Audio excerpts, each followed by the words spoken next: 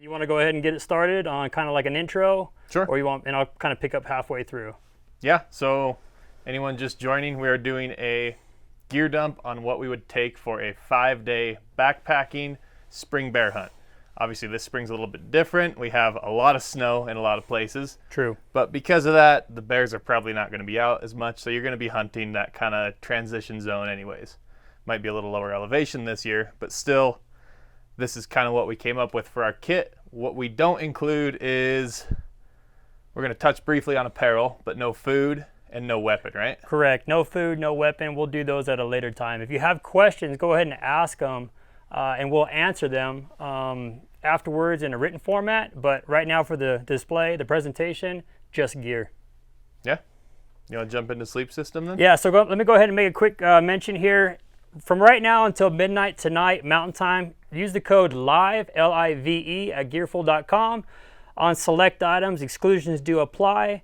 But then we'll also make a couple mentions throughout this presentation on some select items that are on sale and what percent they're going to be on sale. So, what does the live code do? What does the live code do? Yeah. It'll get you a 10% off select gear. Like I said, exclusions do apply. Go ahead and check it out. But we'll go ahead and get started. Should we go ahead and start with the pack?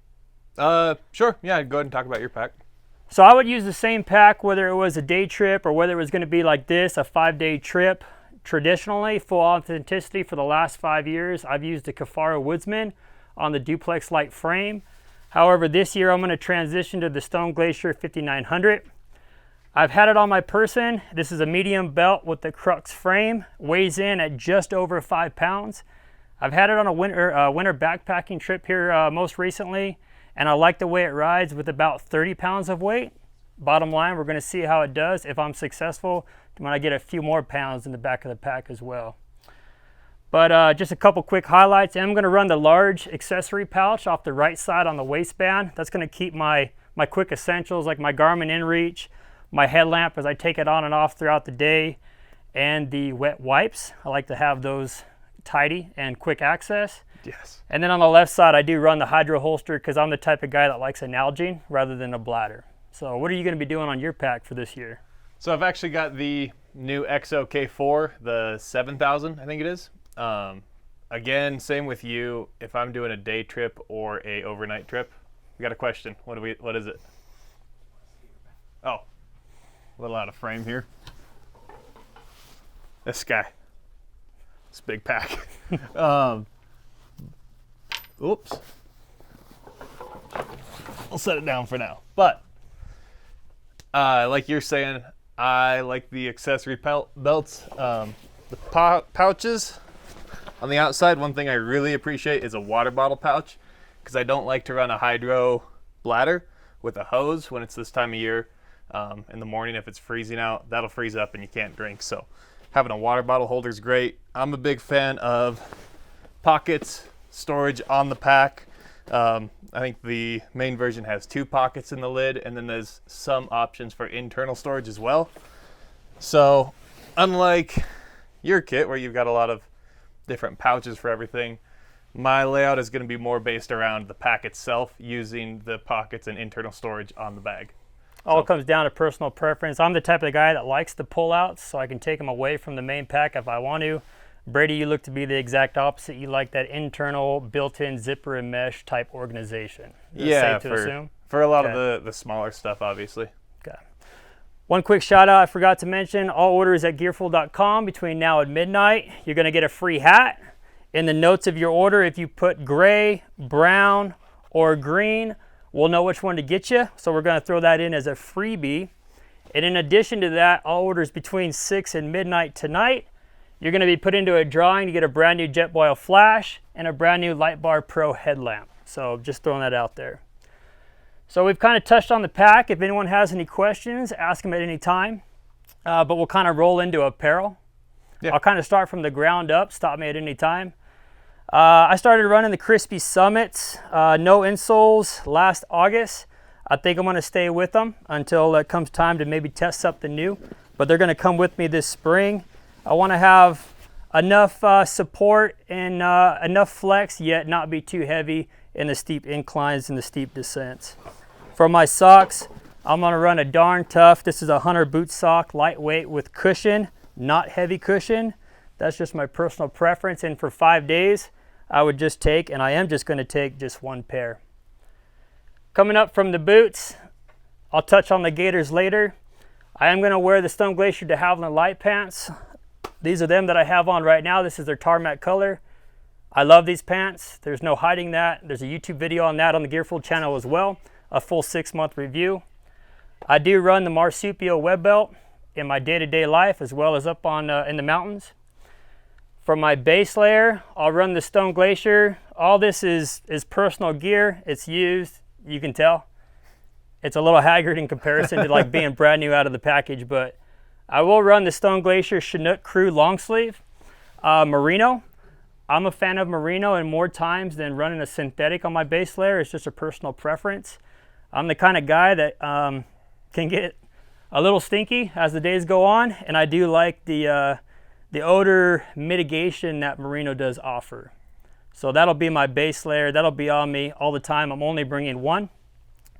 I didn't touch on it, but I also have the Chinook merino boxers. Same reason.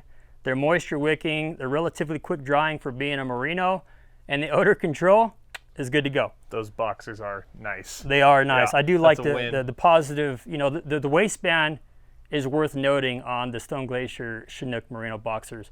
It's good. For my mid layer, I'm going to break away from the stone theme. I'm going to go with the Sitka heavyweight hoodie.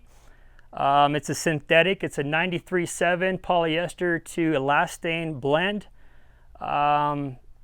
I like it. It fits me well. I don't know if that's because I put on a few more LBs in the wrong areas over the cold season with the heavy snowfall, but it is what it is, and I'll hopefully lose them on the mountain here soon. Why did you go with that over the Stone Glacier? Any particular reason, or? Because of the added LBs or maybe the wrongful washing actions. Shrunker, huh? All last year I did run the Helio hoodie from Stone. It's a few ounces lighter, but it's the same material and it's the same ratio of those materials. Love it. Performed well. It's a little tighter on me these days than I like, so I'm bumping it up to the Sitka, and I do sincerely like the Sitka heavyweight hoodie as well. So thanks for throwing that out there. Good question, Brady. Got to keep you honest. My puffy, looking a little haggard. I do run the Stone Grum and Goose down jacket. For me, it's that perfect weight to warmth ratio of a packable down puffy. And I like it. I'll just be using it when I'm kind of, you know, sitting still, glassing, or if I'm in camp late in the day. And that's going to be my insulating layer. But aside from rainwear, that's all I'm bringing. I'll kind of talk to the accessories later, like a beanie, but really nothing special there. How about yourself, Brady? What are you going to wear for your clothing here? So I went with a Sitka lineup. I am actually the opposite of you. I prefer a synthetic base layer, especially for a hunt like this. I'm assuming it's gonna be rainy, right? Spring bear hunt, you got to expect rain. You might not get it, but if you do, and you're backpacking, I personally like the fastest drying clothes. So I've done, you know, rainy backpacking hunts in merino, and it was a little thicker merino than this, but it never dried. We had 3 days of just putting on a wet base layer every day. It was cold, even though it's like, oh, wool keeps you warm when you're cold. It's true, but I'll take polyester. I'll be a little chilly while I'm moving, and hopefully it'll dry out over. So, sounds like a legitimate reason. Like I said, I don't necessarily smell the best after several days in a synthetic base layer. So I do roll with a lighter merino, but it's a solid mention. It's personal preference. But where are you going from there after the base layer? Well, like you said, I was going to say a thinner merino. If I am going to wear merino, which I do like it, I'll take a thinner one for sure. But for polyester, I really like this midweight. It's a really awesome kind of multi-purpose base layer, I would say, because when you're hiking, it's a little chilly out. Something like the lightweight is going to be too thin. This doesn't add the warmth that I want in a base layer for this time of year.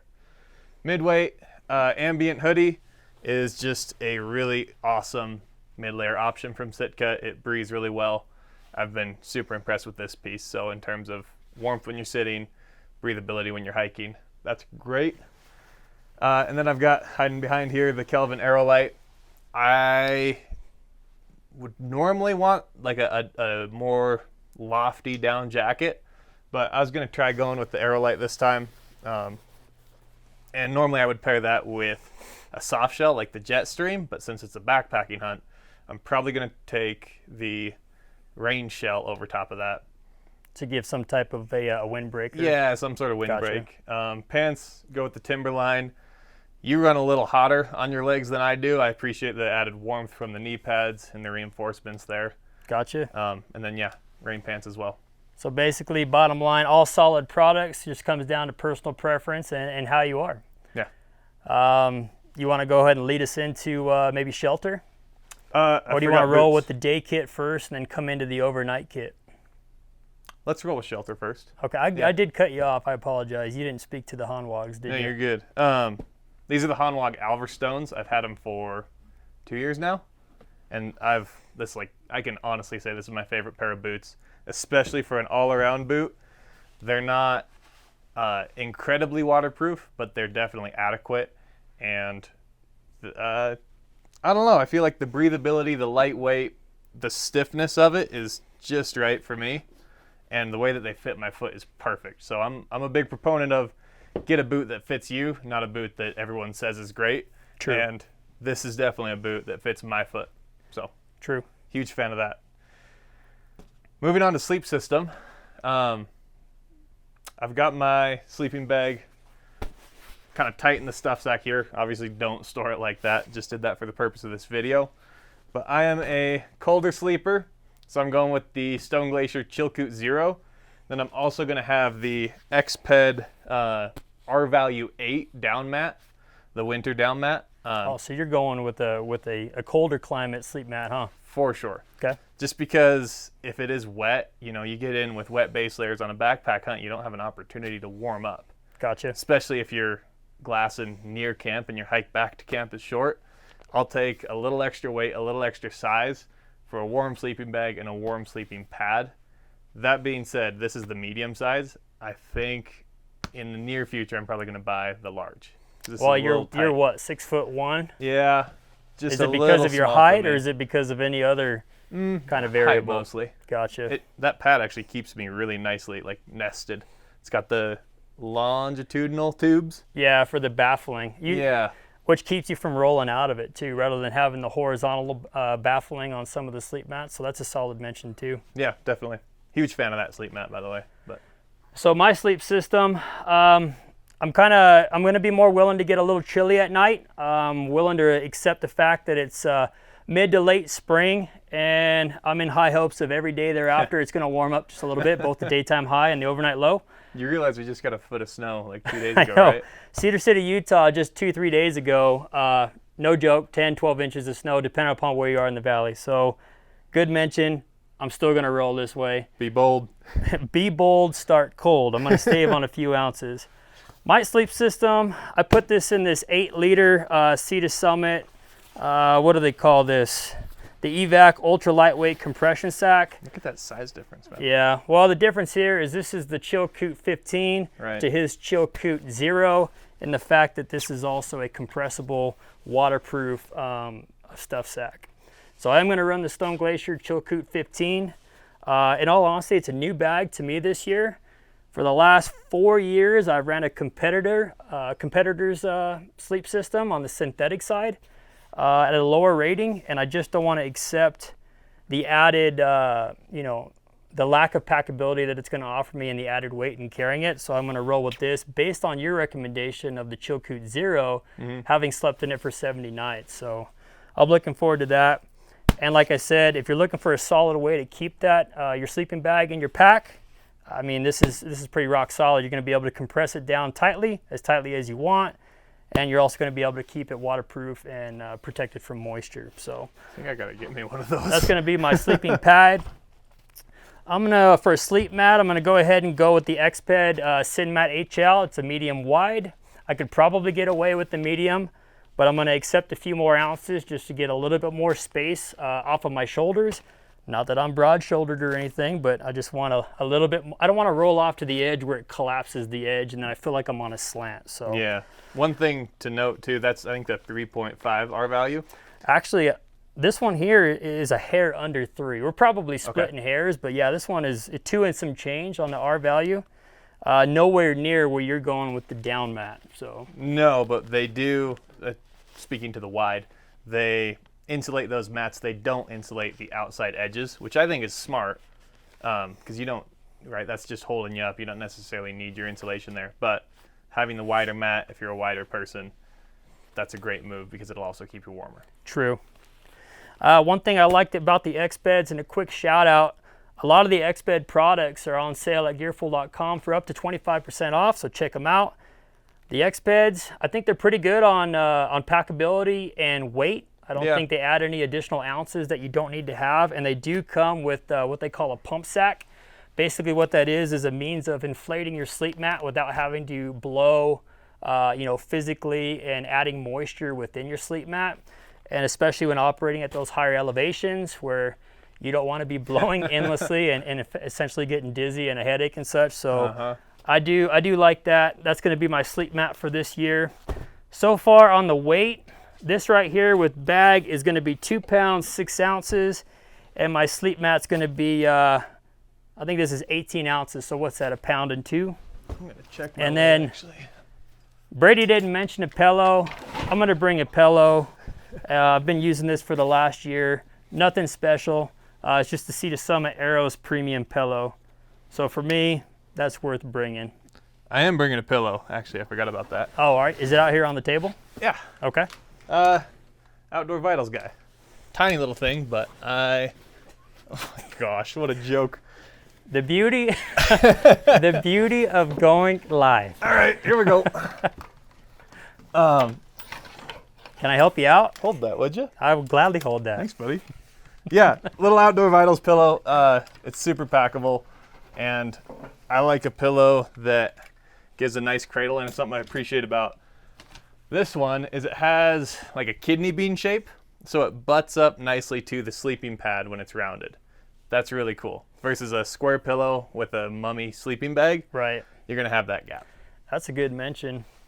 Historically, I have taken my pillow and I don't inflate it all the way. I like to have a little bit of give. And in the sleeping bag I was running prior to this Chilkoot, I'll have to see how it fits with the Chilkoot, but I would fit it inside the bag and then my shoulders would push it up against the liner and hold it in place, so I'm not constantly chasing this with the back of the head as the night progresses. I'm gonna weigh this real quick. You wanna talk about your tent? Sure. Generally, if I'm going to go for 5 days like I am here, it's either going to be with my brother, a buddy, or even my wife. And in doing so, we like to run the Seek Outside Cimarron. This is the non-Dyneema, so we do accept a little bit heavier shelter in that capacity. But we run the Cimarron and we split the loadout. This is nothing earth-shattering, but for example, my brother will carry what we have is the large titanium stove. I'll carry the shelter. The shelter does come with a 5-piece carbon fiber center post. I'll also carry a few tent stakes. These are your ultralight tent stakes that you would get from MSR. I think there's a few in here from an older Hilleberg at the same time. And I do want to give a quick mention that if we bring the Cimarron with the stove, this is our campsite's best friend. This is the Silky Curved Blade Pocket Boy, and this thing weighs in just right at 6 ounces. It's got a positive locking mechanism. It's incredibly sharp, and it'll cut through wood in a hurry. That way you're not wasting time. Are you asking a question? No, just Vanna it. Oh, Vanna it. Can't see it. All right, Vanna it. So this is the Silky Pocket Boy. Like I said, this enables you to get good fuels within your shelter for putting within your stove, maximizing the length. You're also mitigating any risk that you might have from snapping twigs and branches over your thigh, getting unnecessary wounds on your hands. Not to be too soft, but this is a critical tool, and for me at 6 ounces, it's worth bringing. So that's my shelter, and this goes with the shelter when the Cimarron rides with us. What do you got this year? I was just gonna bring it's actually the Kuiu Mountain Star 2-man tent that I love using alone. It's a great 1-man tent when you've got a lot of stuff, especially when it's wet out. I am a huge fan of the extra space. Like personally, even if I'm solo, I'll seldom want to bring a one-man tent unless it's something like a 4-season tent where you're adding a lot of weight. I'll take a little extra weight for that extra space. Easy to set up, does well in I'd call it 3.5 seasons, but it definitely doesn't hold warmth. So Gotcha. quick jump back. I was 63 ounces for my sleeping bag and pad. How much did you say yours weighed? For the sleeping bag in this waterproof compression sack from Sea to Summit was 2 pounds. Let's see, what were we? Let's just wait real Yeah, quick. 2 pounds 6 ounces on that, and then the sleeping mat itself was 1 pound and 2 ounces. Let's see. So Hang them up. you gonna put them together? Yeah, that's what I did. So you're at 56.5. 56.5 divided by 16. Quick mention, we've got our teammate, Austin Atkinson, AAA. He's gonna be answering questions you might have on Instagram in the comments. So if you see him, expect it. He's part of the team. So. But you're going 56.5 ounces on your sleep system. I'm 63.5, so a few ounces heavier for... Not a whole lot on the ounces. What is that, a 9-ounce differential, and you're running a 0-degree bag at the same time? With an I will R throw value out there 8. that the packability, you're giving on that. Yes. More so than myself. Definitely. And I've also got this in a waterproof liner too. A little heavier. So worth mentioning, I think. Yep. So one thing I didn't mention, the Cimarron is a floorless shelter. So there's actually 2 cutout Tyvek ground cloths. We take them just to try and keep moisture beneath us rather than with us. Those are tinted pink, which is a good sign, or it could be a bad sign if it's a wound.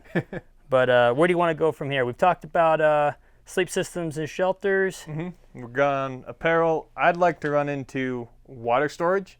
That's something that I kind of... Well, that varies a lot for me based on where I'm going, but I still don't feel like I've really got a water storage system that I love. Right now, I would bring two of these platypus size jugs. Honestly, I probably should get another one because I've found that having water at camp is really awesome. When you get back from your second day out and you haven't gone and filtered water, it sucks to be in the dark if it's raining out and you have to go pump a bunch of water or something. That's a bummer. Pretty low cost on weight and actual price to add a couple more of these to your bag. Nalgene for drinking out of on the trail. And then I was going to try the Grail water bottle. I haven't used this other than out of the sink, but I was going to give it a go. It's a little heavy. It's a little heavy. It is big. interesting because it's a purifier and a filter, so that's going to be something new. Yeah. Looks like you're going to try it this year. So you got the lid and then you compress. You put your dirty water in here, and as you compress it, filters it out supposedly. So We've heard good things, but we haven't tried it ourselves. Here in a few weeks, we can say otherwise. yeah. So when it comes to water, for me, through times past, I've proven there would be 2 Nalgenes traditionally in my loadout.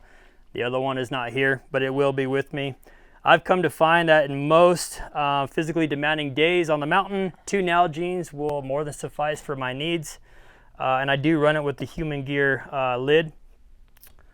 Aside from that, always with me in my pack, I'm going to run the SteriPen. This is the SteriPen Classic. Bottom line, you know, before the first trip of the season or in the spring and in the fall, this will run off of 4 AA batteries. I would venture to say a lot of you have already seen this before, but I'll change the batteries out. This is what I'll use to sterilize the water. It is not a filtration means by no means, but my point here is make sure that you realize how to use it, because you could come into an instance where you want to use it and you're heavily fatigued. My brother's going to know what I'm talking about there, and you're going to think that you sterilized the water when in fact you didn't. And it's got those water sensing probes, but this will go down in the top of the Nalgene, swirl it around. You know, you set it to either a liter or correction, I think it's a half a liter and a liter. Swirl it around until it tells you that it's done and you're good to go. So that's my backup means of sterilization. And then when I get to, we'll call it base camp, I do also run the MSR Dromedary 6 liter. 6 liters will fill up about, really it's 6 Nalgene's. So I'll fill that up. Hopefully I've got a clean water source from which to pull it. And when I mean clean, there's no floaties. And I'll go ahead and drop in a few potable aqua tabs, both the iodine and the taste neutralizing tabs. And then I have that to pull from. And when I do pull from it, 2 Nalgene's to go out on the next day, I'll go ahead and hit that Nalgene with that steri pin once more. I don't know how we're gonna weigh this. That was 7.6 ounces. I'm just curious if these little plastic guys are better for the weight, you know, to bring 3 of these or one of those. Well, I do run 2 Nalgene's, but the fact about the 1.1. platy bottles are, I mean, you can get them down to where they're pretty much nothing, you know, but at the same Right. time, you can't get a steri pin in the top of them either. Oh, So it's a give and okay. take. I'm not saying that there's an ultimate solution, but through trials and tribulations, if you will, you kind of just find what works for you. That's a good point, though. You have to pour clean water in those. Yeah, and I'm also, with the way that I run, like I said, I'm hoping to find a relatively clean water source. But if there are some floaties, I'm either going to have to accept it and consume them, even though I know they're dead, or, and I take a lot of crap for this around the office, old one-eyed Joner, if you're watching, I do run a Schmog multi-purpose asset for myself. I'll use it primarily to keep the sun off of my face. I'm probably getting a little soft as I'm getting older, but I hate it when the sun beats down on me. That's my primary use, but I'll also use it for just, you know, wiping down the body, kind of resetting rather than using wet wipes for wiping down. And then I'll also use this as a strainer if there are noticeable floaties So you're for getting it in using the water your container. towel I am, and it's to okay. strain your water. Now, and then when it gets All wet, I right. just hang it on my pack, or when I get to a glassing spot or base camp, spike camp, I'll hang it in a tree or I'll hang it in the shelter, depending upon the temperatures. But Remind me to bring my own water bottles when I no go one with ever you. wants to touch my Schmog. Yeah, No one will drink your water. That's a plus. my wife is probably shaking her head right now. But yeah, What's it made out of? I think it's just cloth. In all honesty, I mean, I don't know what it's not made a out of. material. Let me feel it. How do you put it on? It feels like cotton. You want me to put it on like cultures overseas? I wouldn't be. Yeah, not doing that one. I mean, you're not going to see me, you know. I just drape it over my head and I keep the sun off of my ears. I keep the sun off of my face, and it just gives me a momentary break from being fully exposed, as sometimes glassing positions really are. So, Fair enough. so we've talked about water. I'm looking back here, making sure I didn't miss anything. Let's cover, I guess, the last of our overnight gear. Okay, go ahead. Okay, so I'll segment everything we've covered right now is going to be stuff that we're taking on an overnight trip. And then the last half of what I'll cover is going to be stuff that I would take on a day trip and an overnight trip. But the last of the overnight exclusive items are going to be 2 headlamps. If I'm going on a day trip, call me irresponsible, but I'm taking 1 headlamp and I've got my phone flashlight. I use that more often anyways. Phone charger, so a power brick and a cord. Bring a good cord because sometimes those fail and that's a big bummer. But some sort of power bank, charge your phone, photos, navigation, flashlight, whatever. Pretty important, I'd say. And then jet boil for peak meals. You can also filter water through that. Pretty self-explanatory. Yeah, you could boil water if you wanted to, or obviously it's a means of melting snow Yeah. responsibly. I'll throw that out there. I run the same thing. This is another asset in which I take some crap here around the office because of the neoprene sleeve that I so chose. It's cute. But it's got trees, goes with my name.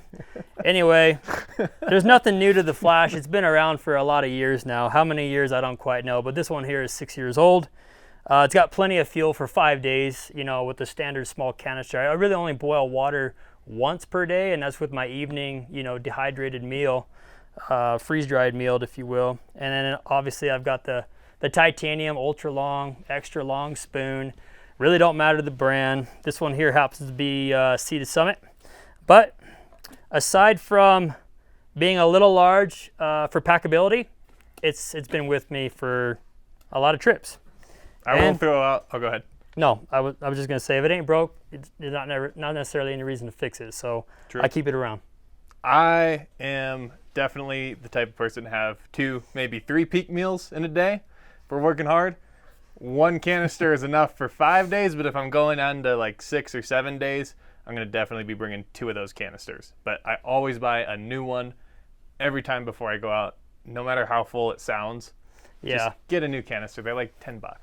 I do the $7. same thing. I never start a trip with a partially used canister. When I get back from a trip, I'll take that canister, I'll mark it as a partial, and I'll keep it for just family outings later that year. Yep. If we're going to go fishing on the shoreline with the kids, or if we're just going to make a peak refuel meal at home because the kid wants it, that's what I use those canisters for. Or you're lazy. Or I'm lazy. If you want a jet boil, all you have to do is put in an order before midnight tonight, and you'll be entered to win that jet boil, all right? Yep. All purchases at gearful.com. You're eligible into the drawing. Go ahead and get that brand new flash as well as the Light Bar Pro headlamp. Quick mention, we're also running Sea to Summit View dry sacks and a couple other sacks just like this, waterproof and compressible, also up to 25% off. And as mentioned before, use the code LIVE at checkout and see what you get. Is that all caps? I don't think it really matters, but Cool. I used all uppercase, so. Question coming in. Tell us about your boots again. Which brand are you running for the spring? Hanwag Alverstone is the boots that I am a huge fan of. I found these are true to size too. I don't have the most narrow foot. I guess that my width of my foot is pretty average. But I like a stiffer boot for the fatigue of my foot. I find that ankle support, that stiffer boot is nice. But these don't have a huge top, so you're not constricted at all, and they're lightweight compared to a lot of other stiffer, higher top boots that you could run in the snow. So Yeah, you've been saying quite a bit that you really like those boots. huge here in fan of the office, so. Alverstone, because I'll take them on a desert hunt where there's cactus, and I'll take them on a snowy hunt where it's cold. They're not insulated, but if it's 30s to 50s, Yeah. I'm totally fine. And then you had Yeah, I've ran the Crispy Summits since last August. Do you run a Gator or no? Yeah, so I'll take some gaiters too, especially in the snow or springtime mud. That's when I'm really a big fan of the gaiters. Otherwise, it's kind of like if there's not a bunch of stickers and cactus out there, I'd take gaiters or leave them because you get sweaty. But Yeah, the Gators, they're always going to be with me. Whether or not I'm going to have them on my person, physically is going to be terrain dependent, weather dependent. But I run the SQ2 Alpine Gator by Stone. For me, I've tried several different types of Gators, and this is by far my favorite. I mean, they're extremely well built. They fit really snug, so they're not loose. They don't sag, and I'll talk to that here in a moment. But they've got a fully replaceable boot strap made of Dyneema. They've got a heavy-duty aluminum pinless buckle, so it's not an unnecessary point of failure. The Velcro is double wide on the inside, so whether you have a larger diameter calf or a smaller diameter calf, it'll compensate for whatever you're at to get you a good solid fit. And then it's got a, just a standard buckle, male, female type with a, you can tighten it down.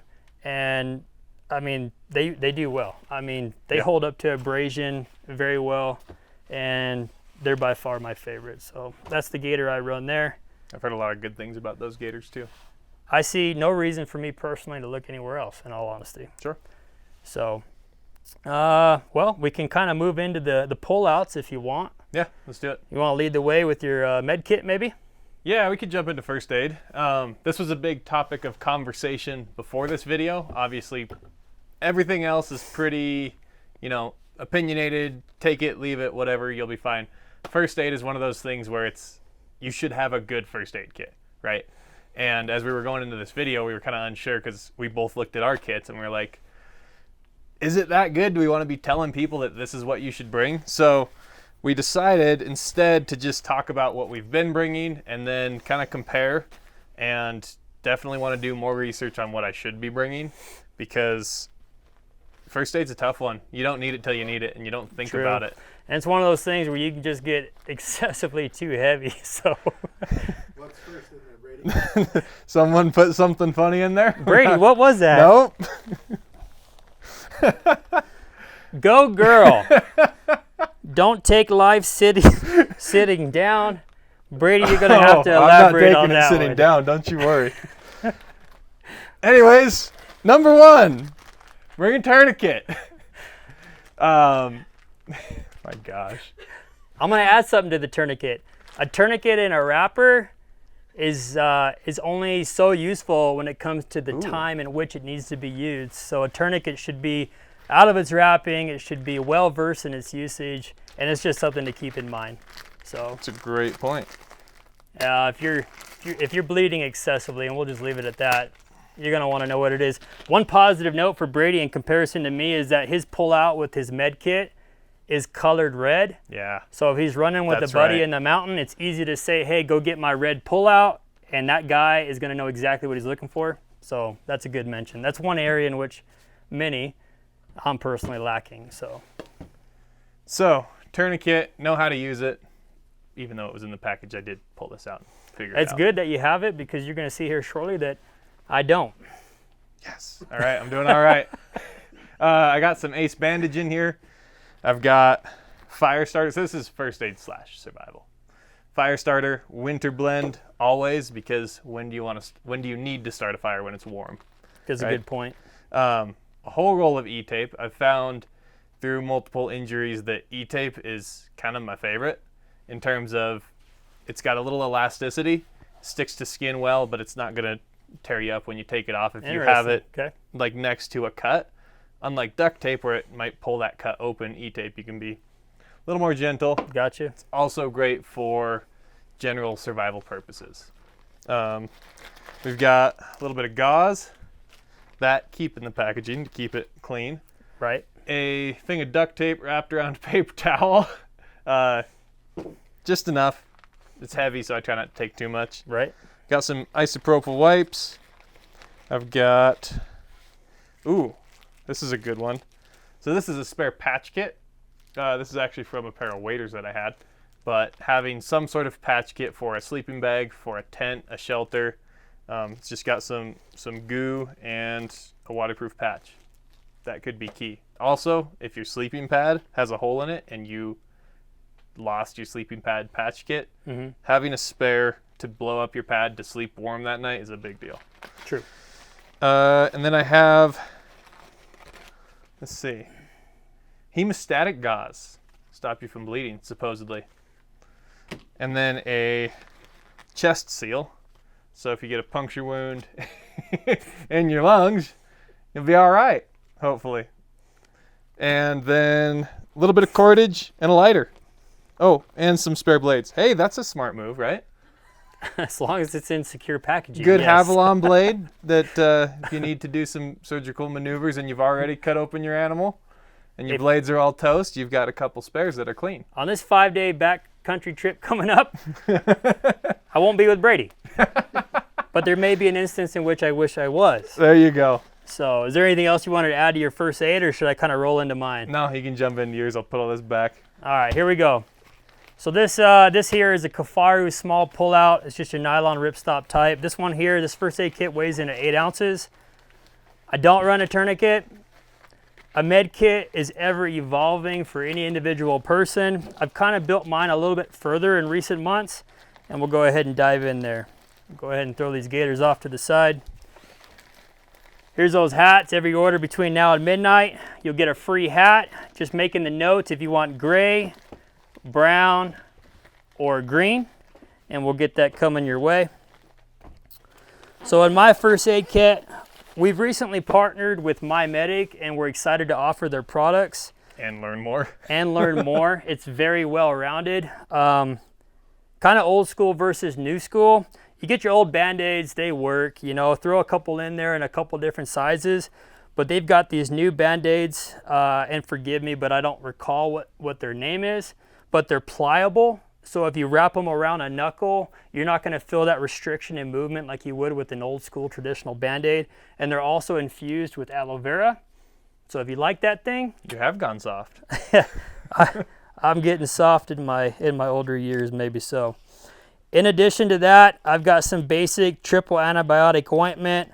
I got some basic pharmaceuticals like some Dayquil, Expired in 2019, so I should probably Cool. update those. Run some Benadryl. If your wingman on the mountain is the type that has the sniffles and allergies, brother, me. if you're watching, I'm talking about you. The Benadryl is not only for yourself, but it's for them, so they can kind of keep the sound down.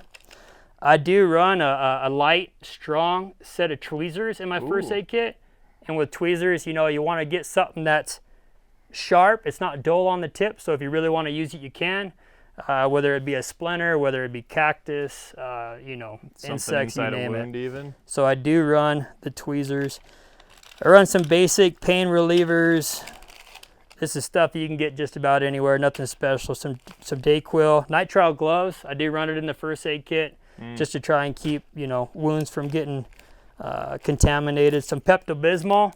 If the burrito I got in the pickup truck before the trailhead was of the wrong variety, I'm going to want that later. And then a good thing about My Medic is if you just want to kind of cover your basis with a given category, they offer these mods. This one here is the mini medication mod. It'll give you just the right amount for probably really 2 to 5 days on the trail, but this one here will run 2 ibuprofen, some fever reducer, pain relief, some diarrhea, nausea, motion sickness, allergy relief, anti-diarrhea, and cold and fever reducer. And it doesn't weigh hardly anything. So shout out pretty there to cool. My Medic. Another mod offered by Medic is the mini topical mod. So pretty much this is your open wounds of a smaller type. But this one right here is going to give you 2 antiseptic wipes to clean the wound, some hand sanitizer for the caregiver if it's not the individual themselves, more antibiotic, you know, some basic hydrocortisone, white petroleum. It's pretty much all encompassing for topical ointments on top of a small wound. So that's worth carrying too. More Pepto-Bismol if the burrito was of the larger variety. This one I probably don't need, but I did throw it in there. This is just a couple burn relief gels. These are those same Band-Aids mentioned earlier. And then Leukotape is probably the best you can get, but what I've got in here right now is just some basic moleskin and glacier gel. So For blisters? yeah, blisters. I really don't. Those medic band-aids, What was that? those medic band-aids for instead of moleskin and you're in a pinch, they do good. Oh. It stays on a blister for 4 to 5 days, no one's moving your boot. So there's always room for improvement. This is probably one of mine, but I mean, I wish I had some wood to knock on. I really been pretty blessed when it comes to blisters with footwear. So that's my first aid kit. Again, that whole kit right there is about 8 ounces. I'm looking to add probably a SAM splint, and I'm on the fence of a tourniquet, but the bottom line, if you want one and you don't have it, you're probably and obviously too late. So I do have a SAM splint too. I forgot to add that. It's sitting in the hydration pouch of my backpack and it always stays there. 14.7 ounces for my kit, so quite a bit heavier. well, you had some utility items in there too. So That's true. The E-tape is heavy. you want to go ahead and roll us into the next item while I get this put away here? Yeah, we could talk about kill kit, right? Yeah, go ahead. I'm a big fan of the Caribou game bags. Just a basic game bag, right? But they're durable. They work great for me. Always bring some gloves for when it's time to cut the animal up. It's definitely nice to be able to pull off a pair of gloves and not have bloody hands when you're going to pack everything back in. I recently grabbed one of the Montana Knife Company, I think the Speed Goat knife. So I'm going to try that out. But the trusty outdoor edge that is currently still covered in blood and fat. This is a key item to me.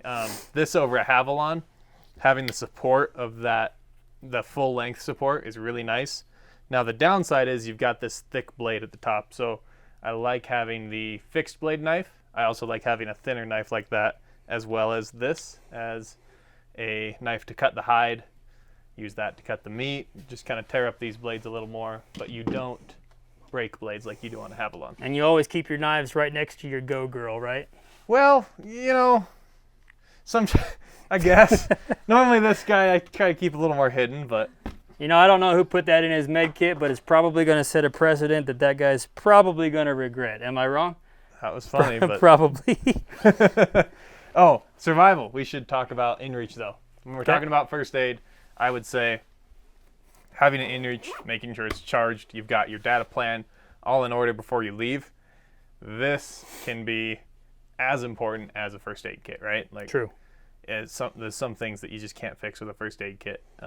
Being able to get out anywhere that you're at is huge. So I always say that's worth the money, and always make sure your plan is up to date, because Yeah, it's cheap insurance. Yeah. I do have mine. Well, I forget the verbiage, but I'll pause my plan essentially, and then I'll reactivate it, 3 days before I hit the field, or I'm going to hit the trailhead, and I'll also do a test message each time before I even depart the home, There you go. just so myself and my wife have peace of mind. Like I said, it's cheap insurance. Question on your knives. Are you bringing more blades? Are you bringing a sharpener? I bring multiple blades, so normally at least 5 blades. They're small, they weigh nothing. And then I don't have a sharpener, no. But you do, right? I do. So I'll dig into my kill kit. My kill kit weighs in at 2 pounds 4 ounces. The majority of that is going to be in the game bags themselves. But this is a Kafaru, I think it's a size medium pullout for reference. Right on the top, I got a couple 60 Alpha surgical type removable blades. I probably have more than I need, but that's by intent. If you're gonna get, if you're gonna cut yourself, it's probably because you're not paying attention with a sharp blade, or because you're getting complacent with a dull blade. There you go. So my recommendation is, if you see it getting dull, replace it proactively. So I've got plenty of those. I do carry in my kill kit 2 pair of nitrile gloves. I have got black here. I prefer to have orange or something of a color I'm going to see if I'm breaking down an animal at night, rather than looking down, even with a headlamp, into some black That's a good black point, actually. I nitrile like gloves. For knives, a number of years I've ran the Tito or the Tito 1.1. Nothing special here, but I've liked it. No issues, no reason to upgrade. Quite pleased. I do keep a fixed blade with me. This here is the Benchmade Hidden Canyon, and that's just for working in those areas where I think that replaceable blade is going to break quite easily. It does have serrations forward on the top of the blade, so you can get that good positive retainment when you're using it. So I do run that. We mentioned the sharpener. I do throw in a very lightweight Work Sharp knife sharpener, just to keep the edge fresh, if you will, on that fixed blade. I don't use it on the replaceable blade knife. I have seen people do that, though. I've heard of it. I don't use it. I just change the blade out for how light they are, Couple zip ties, couple game bags. For this trip, I'm going to take 4 out of the Caribou Gear Wapiti game bags. That kit comes with more, but I'm only going to take 4 on this trip. And then lastly, I do keep 2 55-gallon contractor type plastic bags. I do run 2 just to have. I'll use them for laying meat on as I'm breaking down the animal, to try and keep it clean. And they also fit a variety of other purposes too. One could argue. I've never came into that realm personally myself. So that's my kill kit. Same. I always like to have a thick bag, preferably, to put my meat in before I put it in my pack, and then you don't have to clean your pack when you get home, because True. They get smelly quick. True. Especially if it's wet out. True. So that's my kill kit right there. You don't have a utility pouch, do you? Like a Possibles utility pouch? No, not so much. So, like I said, I try to do pack organization over pouches like that. This one, I've got all sorts of different cordage and straps. So I've got a couple adjustable straps with a clip that can go on a normal backpack clip, just in case you break a clip of some sort or need to replace one of these. You can pop that off, slide it in, and you've got a good to go pack. I bring 2 of those if you need to strap something extra onto. Some Dyneema cord, just for heavier stuff if you needed to use it for hanging multiple things of meat out of a tree. That's going to be a little safer. Then some paracord for regular use, I guess. Skylines and such. Maybe. Yeah. I'm never afraid to bring extra cord, I guess. I find that it's often useful. You're big on the cordage for sure. I am. I feel like there's a lot of different times where it's like, if you have it accessible and you have enough to where you're not afraid to use it, then it's nice. When you're worried about every foot of cordage that you have, that sucks. I try and make my brother carry the extra cordage on my behalf. There you go. But my cordage is going to be in here. This is, some people call it a Possibles pouch. I just call it a utility pouch, utility pull out. But what I got in here, and these two assets kind of go hand in hand. They're just Yeah. normally on an internal compartment in my pack, but I do run a Leatherman Skeletal. It's got everything I need and nothing that I've found that I needed and didn't have, but it's got a good set of pliers. I use this when I'm putting blades on and off my Tito 1.1. It also gives you two Phillips, a number 1 and a number 2. It'll give you two standards. I think they're 1/4 inch and 3/16 on the width there.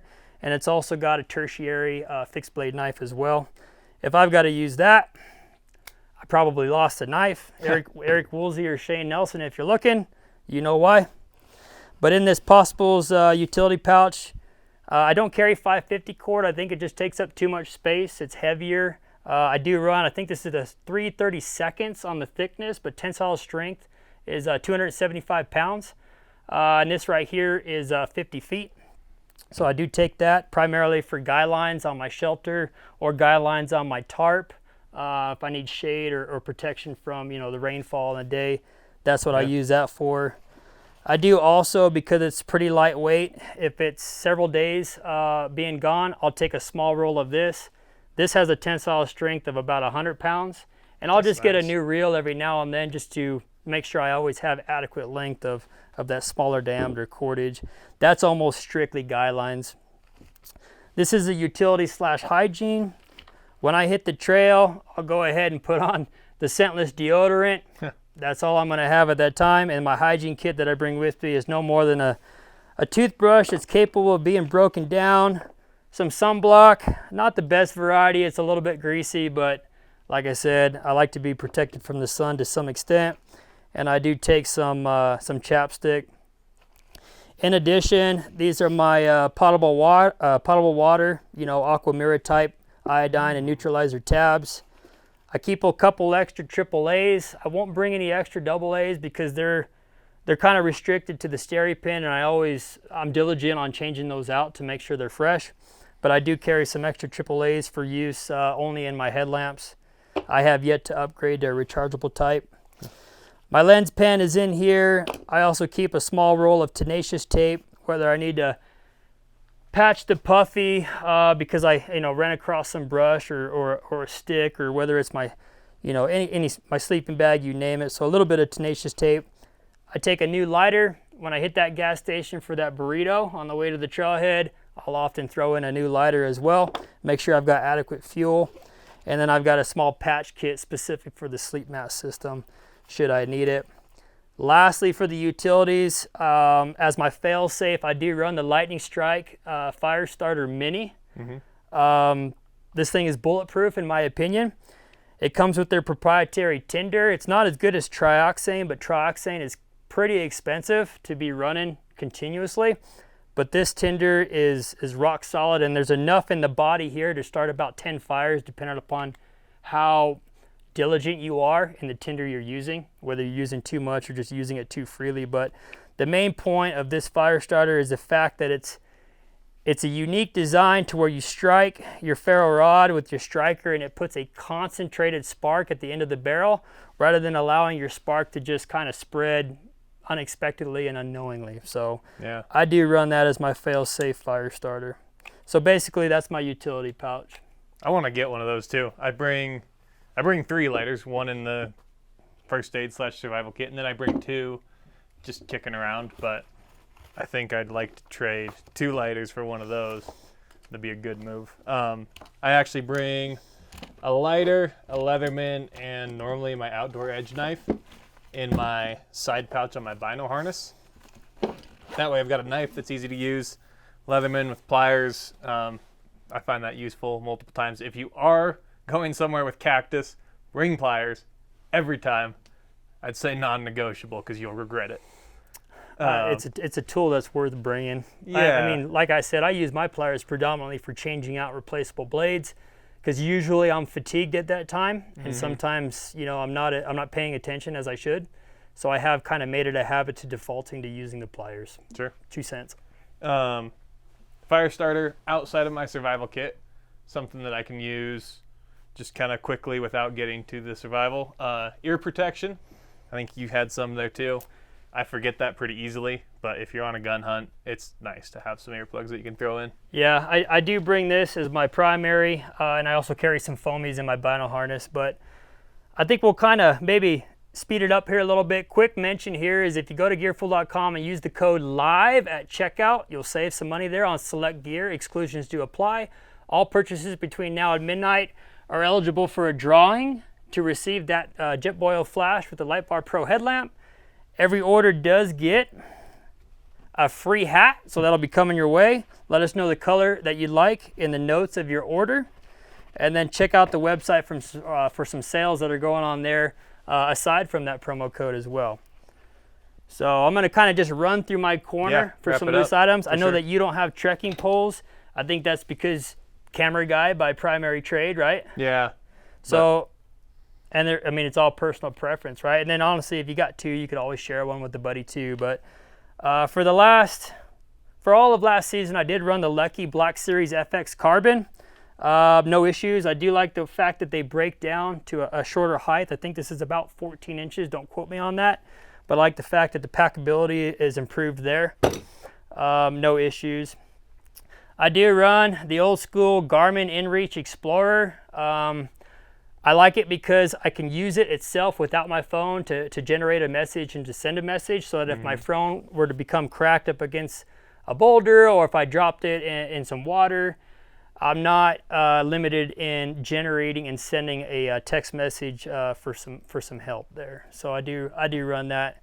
I might even upgrade to the newer, smaller one too. Yeah, I think we're gonna do a video here soon, kind of testing them against each Yeah, other. So test that with the Zoleo. that'll perhaps. be good to check out.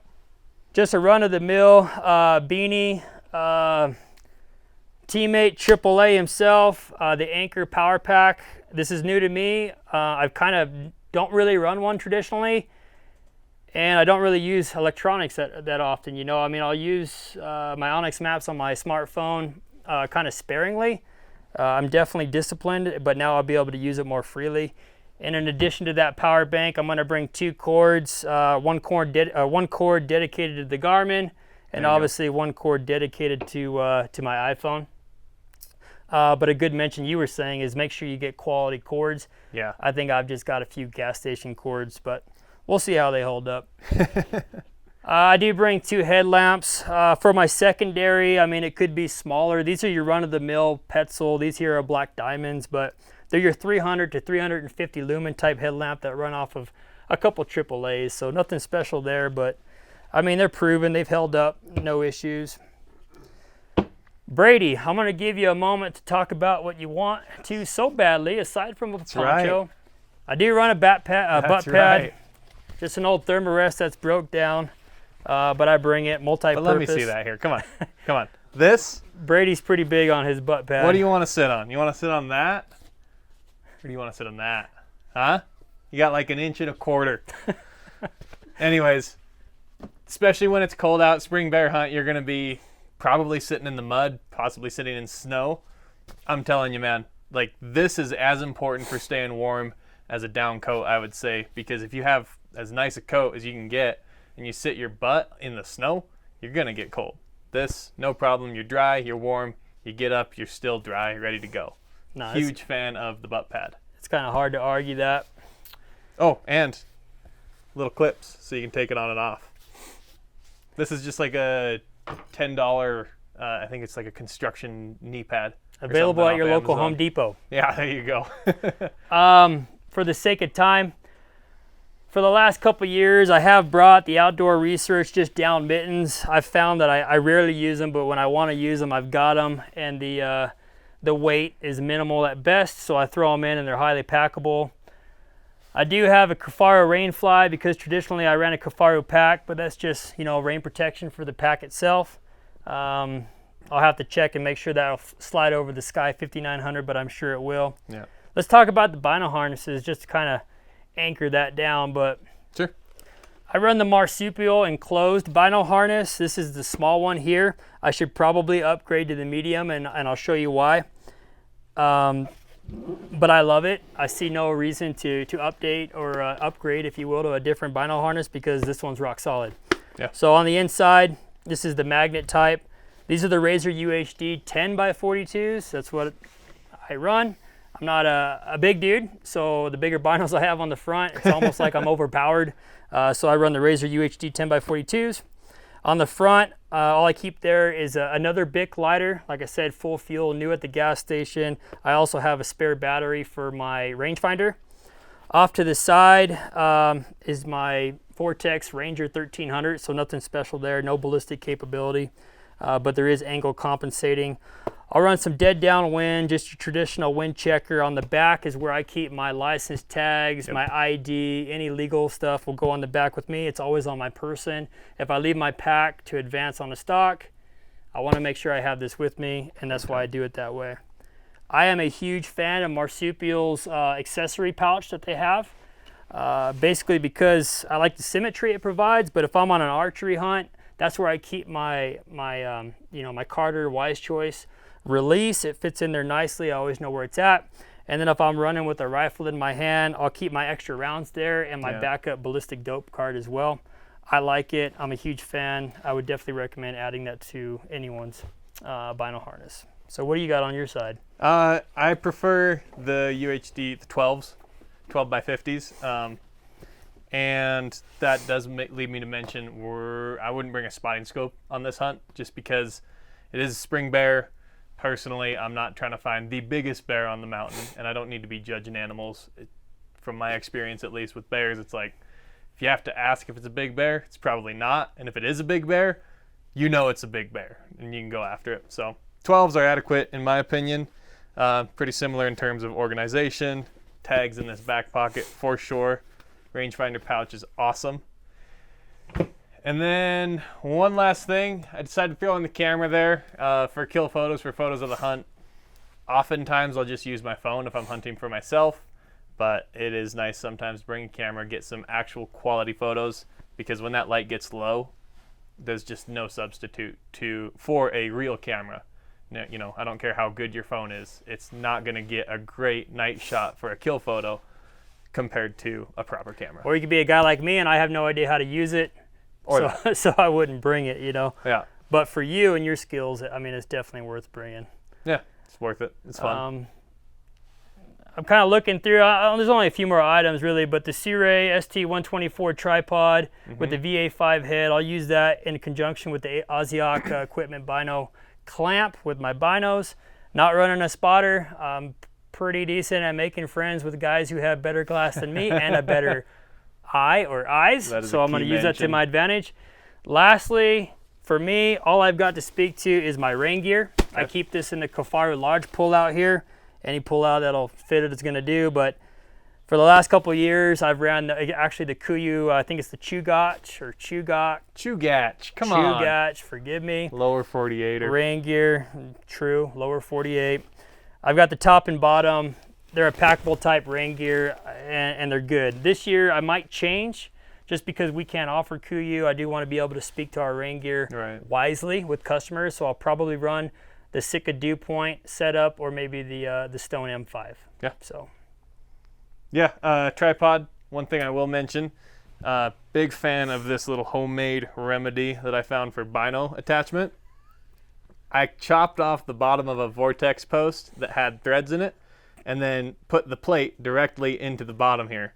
You guys don't be laughing at me. This is good. This is good stuff. Because when you have a two-piece bino adapter, you're gonna lose it. I always lost mine. So it fits easy into the bino harness, but also onto your tripod. I do not like the VA5 head. I think it's maybe one of the better options out there for weight and fluidity, but there's a lot of things about it that I don't like, so I'm still on the search. Love the Sea Ray tripod. That thing's awesome. Other than that, anything else you want to cover, or should we pretty much anchor this? I think we're pretty well wrapped up.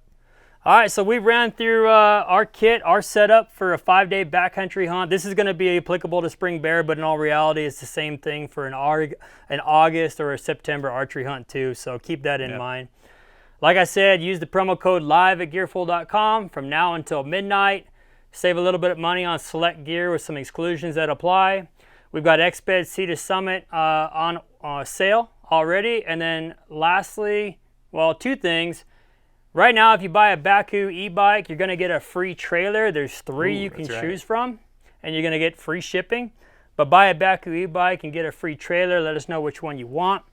And then lastly, every purchase between now and midnight goes into a drawing for a new Jetboil and a new Light Bar Pro headlamp. So leave a comment. We'll get to them as quickly as we can.